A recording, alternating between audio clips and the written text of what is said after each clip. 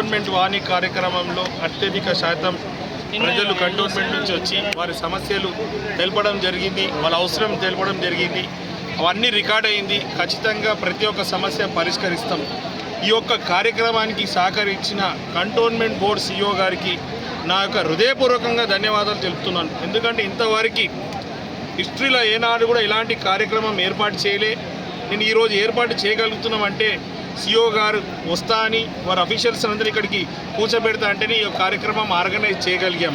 వారికి ధన్యవాదాలు తెలుపుతూ వారితో పాటు స్టేట్ అఫీషియల్స్లో కూడా రెవెన్యూ డిపార్ట్మెంటు వాళ్ళకి, ఎలక్ట్రిసిటీ డిపార్ట్మెంట్ వాళ్ళకి, హెల్త్ డిపార్ట్మెంట్ వాళ్ళు, సివిల్ సప్లై డిపార్ట్మెంట్ వాళ్ళు, లా అండ్ ఆర్డర్ వాళ్ళు, ట్రాఫిక్ వాళ్ళు అందరూ వచ్చినందుకు వారికి కూడా నా యొక్క అభినందనలు తెలుపుతున్నాను. ఈరోజు ఎస్సీబీ నుంచి వారు మన స్టేట్ నుంచి స్టేట్ ఆఫీసర్స్ రావడం, ఇక్కడ అనేక మంది అనేక సంవత్సరాల నుంచి అనేక రోజుల నుంచి ఏదైతే ఇష్యూస్ ఉన్నాయో వారందరూ ఇక్కడ చెప్పుకోగలిగారు. అవన్నీ రికార్డ్ అయినాయి. కాబట్టి ఈ కంటోన్మెంట్ వాణి కార్యక్రమంలో ఎవ్వరు కూడా ఇక్కడ వచ్చి ఏదైనా ఇష్యూస్ చెప్తే, వాళ్ళ అవసరాలు చెప్తే కంప్లీట్గా ఇది రికార్డ్ అవుతుంది. ఈ సమస్యలు పరిష్కారం అవుతాయి.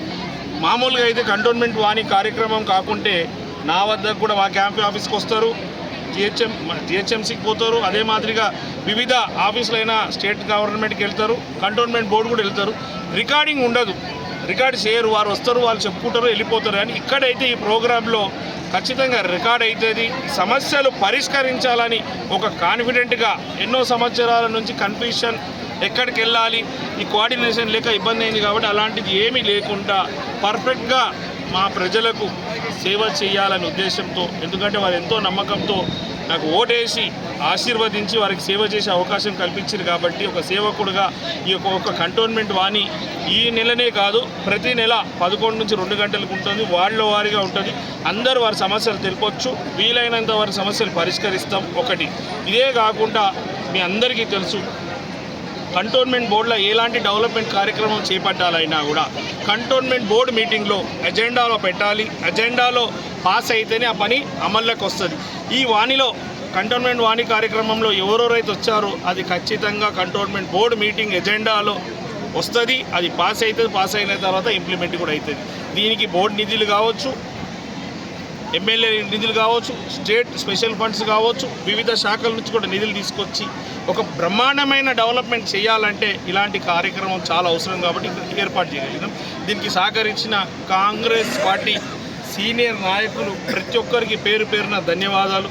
ముఖ్యంగా ఇక్కడ దగ్గరుండి జంపన్న ప్రతాపన్న గారు, బద్రి యాదవ్ గారు, సంకి రవీందర్ గారు, సదానంద్ గారు, మధుకర్ అన్న గారు, మిగతా పెద్ద పెద్దలు ఎవరెవరైతే సహకరించారో వారందరికీ ధన్యవాదాలు తెలుపుతూ, ఈ సమస్యలని కూడా ఏ వాడితే ఆ వాడికి డివైడ్ చేస్తున్నాం. కాబట్టి వారు కూడా బాధ్యత తీసుకుంటారు.